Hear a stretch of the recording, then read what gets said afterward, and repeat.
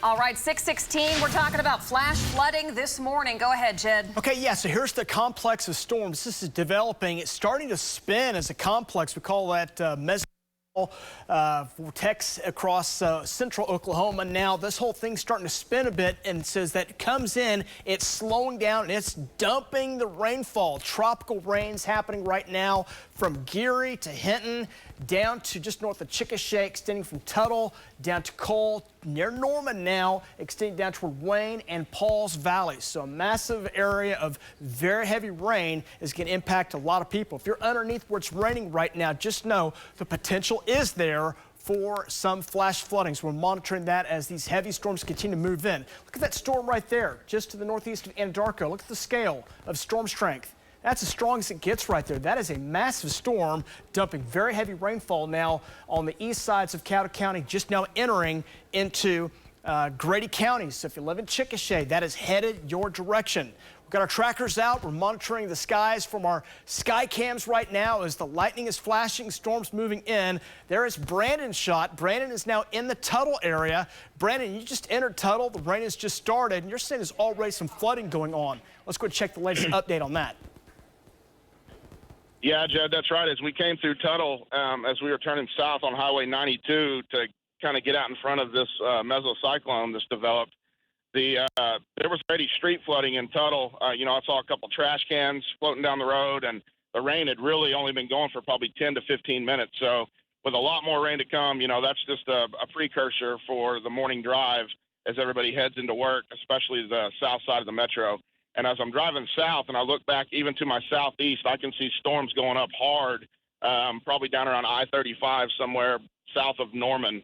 So a lot of storms this morning. Back to you. Yeah, so flooding is going to be the big story. The amount of rain that's come out of these storms has been ridiculous. We've had rainfall totals like 4 inches in just 1 hour. That is going to cause flash flooding, and that's going to cause extreme problems. Water rescues could flood up over roadways and get moving water with that too, which makes it very dangerous. These totals here are looking at the rainfall rates. You see the purple, that's where it's coming down, just torrential rainfall, and that's happening. And these storms really put on the brakes. They're not moving fast at all. So where the rain is falling, that's where we're getting these heavy totals now from near Hinton, right there along I-40. You see the metro area right here. So most of this heavy rain now is on the west and the south sides. And you can see from your Colony, just north of Anadarko, running over to just north of Chickasha. That storm right there, that's the one where we're headed Brandon to. That's the most intense part of that storm with some large hail and some small circulation with that as well.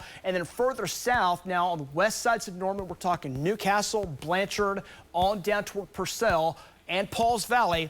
Rainfall rates there as well. So the trends are now these areas on the west and south sides of the metro seeing that heavy rainfall. So let's go back, take you to when this rain really got going. Look at these rainfall totals. These are estimated on radar, but they're pretty close to what's going on right now. 4 inches of rain near Clinton, over 3 inches in the Weatherford area. They're right just north of the Hinton area, right on I-40.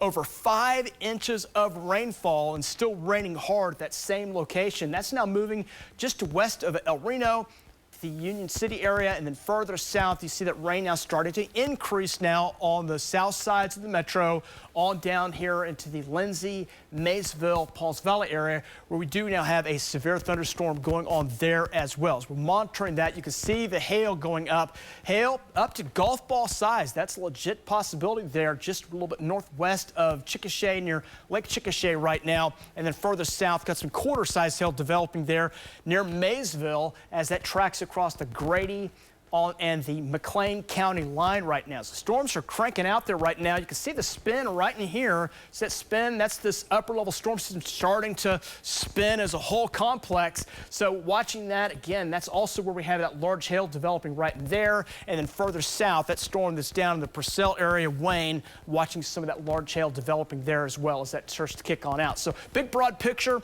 shows lots of rain up on the Kansas border. A lot of that actually is weakening right now. It's just this complex of rain that's developed here in the central part of the state that is dumping out extreme rainfall now, and that's moving into the west sides and south sides of the metros. That rain is going to be the story here, moving slowly now, about 20 miles per hour. El Reno, Tuttle, Purcell, down to near the Pauls Valley area, just be prepared. If you start to get heavy rainfall, it won't take too long to start getting some street flooding and eventually some flash flooding. So take this little event here pretty seriously as heavy rain continues west and south of Oklahoma City, up near 100%. The trend, though, rain's going to gradually diminish going toward lunchtime today before chance start to go back up overnight tonight, and by tomorrow morning, more rounds of rain and storms coming on in. We're 73 right now, northeast winds at 14. There's your storms here by about 7 o'clock. They do start to shift away, but still a few could linger for a while here this afternoon in North Oklahoma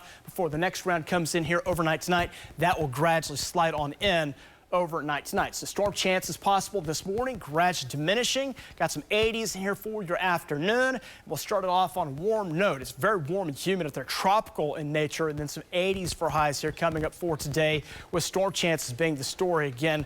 It's soupy out there, lots of humidity, and that means we'll have that chance of more flooding rainfall overnight tonight. More storm chances taking us Thursday into Friday, but that pattern changes.